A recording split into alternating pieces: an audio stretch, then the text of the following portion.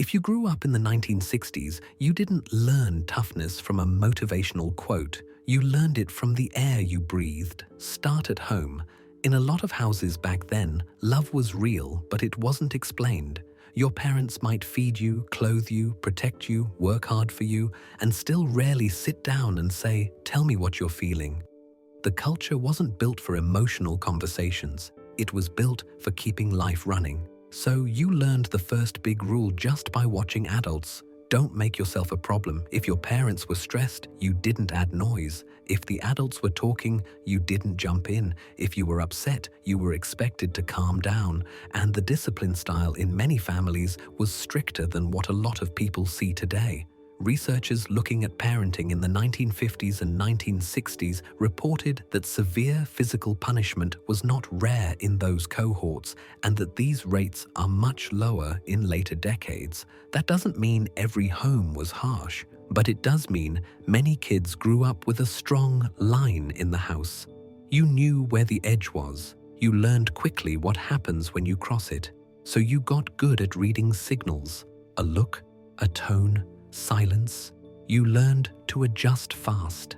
That's where the emotional style comes from. Not "they're cold," more like they were trained early to stay contained. Now go from home to school. School in that era was often about obedience and order. If you talked back, if you acted up, if you embarrassed the teacher, it could be physical. Corporal punishment in schools was a real part of the environment in many places for much of the mid-20th century, and it remained legal widely for decades. So imagine what that does to a child's brain. You're learning that authority isn't something you debate, it's something you manage. You learn to keep your composure in public. You learn to hold your emotions in your throat. Even when you're angry or hurt, you don't express, you calculate. That's why so many people who grew up in the 1960s became adults who can take pressure without looking stressed. They're not necessarily calm inside, they're practiced at staying calm outside. Now add what was happening in the world around them. The 1960s were full of social conflict and national tension, and for the first time, children didn't just hear about it later, they saw pieces of it on television and in daily news coverage. Vietnam coverage is often described as the first war experienced so directly through TV in American homes, changing how people connected emotionally to distant violence. A child can't fully understand geopolitics, but a child understands fear. A child understands that adults are tense. A child understands when the room goes quiet, when the news comes on. So while parents were still trying to create normal life, the background noise of the decade taught another rule. The world can shift, and you might not get a warning. This creates a very specific kind of adult later, not a paranoid adult, a vigilant one, someone who likes stability, someone who is suspicious of chaos, someone who doesn't trust hype easily because they grew up watching big promises fall apart. Now think about the everyday life of kids back then. Many of them had more freedom outside than kids today. They walked places, they stayed outside for hours, they were expected to handle themselves. That freedom sounds fun, but it also builds a different mindset. You are responsible for your own safety, your own choices, your own mistakes. So you develop independence, but it's not the cute "I'm independent" identity. It's practical. You learn not to call for help for every little thing. You learn to solve problems quietly. You learn to keep moving. That's why today, a lot of them still don't ask for help easily, even when they need it, even when it would be smarter. Their brain still says, handle it, don't bother people, don't make yourself a burden. And here's another thing that shaped them, the way adults spoke about success and respect. In many families, respect wasn't earned by talking about your feelings. It was earned by being useful, doing your chores without being asked, being good, getting through school, getting a job, contributing. So the motivation that ran underneath everything was simple. Don't embarrass the family, don't lose your footing, don't fall behind. That's why their self-worth often became tied to reliability. Even now, when they love you, they often show it by doing. fixing, driving, paying, solving, building, showing up. They don't always say the warm words because warm words weren't the main currency of love in their world. And then they grew into adulthood in the 1970s and 1980s, carrying those same rules.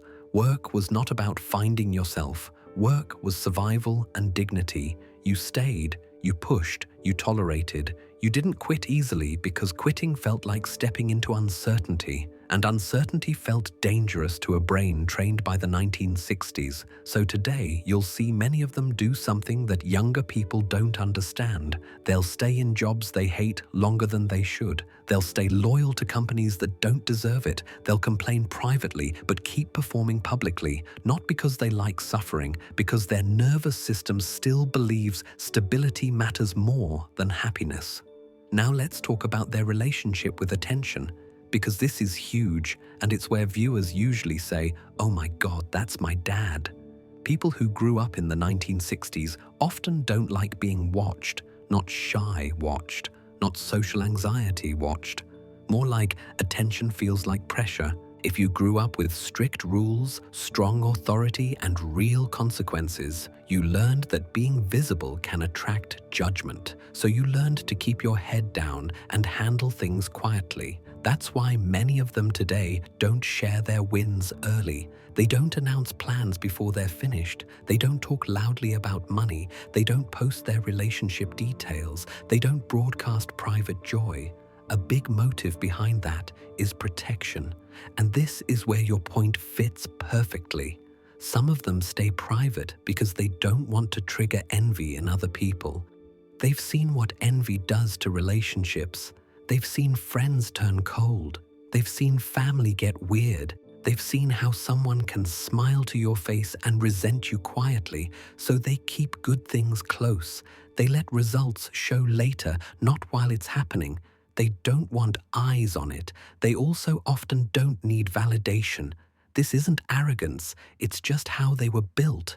They grew up in a time where you didn't get praised for every small thing. You did what you were supposed to do, so their brain doesn't automatically look for likes, applause, or constant reassurance. Sometimes compliments even make them uncomfortable, and you'll see them brush it off fast. "Ah, it's nothing. It was easy. Don't mention it." But the deeper truth is, they don't trust attention, because attention can change people. It can bring expectations. It can bring entitlement. It can bring competition. Now, how does all of this show up in them today? They are often the person in the family who quietly handles emergencies. They don't scream. They don't spiral. They start doing. They make calls. They solve. They stabilize the room. They can look emotionally distant during crises, and people misread it as not caring. But inside, they care so much that they go straight into control mode. That's how they were trained to survive uncertainty. They often struggle with modern emotional culture, not because they hate feelings, but because feelings used to be private. Today's world rewards emotional display. Their world rewarded emotional control. So when someone says, "Just be vulnerable," their brain hears, "Expose yourself." And exposure still feels risky. They also carry stress differently. A lot of them don't talk about what they're carrying. They convert stress into routine, into work, into fixing things, into being busy. Sitting still can actually feel uncomfortable for them because sitting still lets feelings rise, so they keep moving. They can also be very protective of boundaries. They might not explain those boundaries nicely. They might just shut a door, change the subject, withdraw. That withdrawal isn't always punishment. Sometimes it's self-defense. When emotions get intense, their body remembers old rules. Keep it contained, keep it controlled, don't lose your composure. And if you listen closely, you can hear the motives underneath their whole personality. Stay stable, stay respectable, don't create problems, don't trust the crowd too quickly, protect what matters, handle it yourself. And those motives were not invented in adulthood. They were built from the world they grew up in. stricter discipline norms, stronger authority systems, more contained emotional culture, and a background of televised national tension that made uncertainty feel real even inside the home. So when you see them today, acting calm, private, stubborn, practical, loyal, sometimes hard to read, that's not random personality. That's a lifelong strategy that started when they were small, listening to adults say, "Be good," watching teachers enforce order, absorbing the tense atmosphere on TV, learning to manage themselves without making noise, and realizing very early that the safest way to live was to stay steady, even when everything around you feels like it could shift again.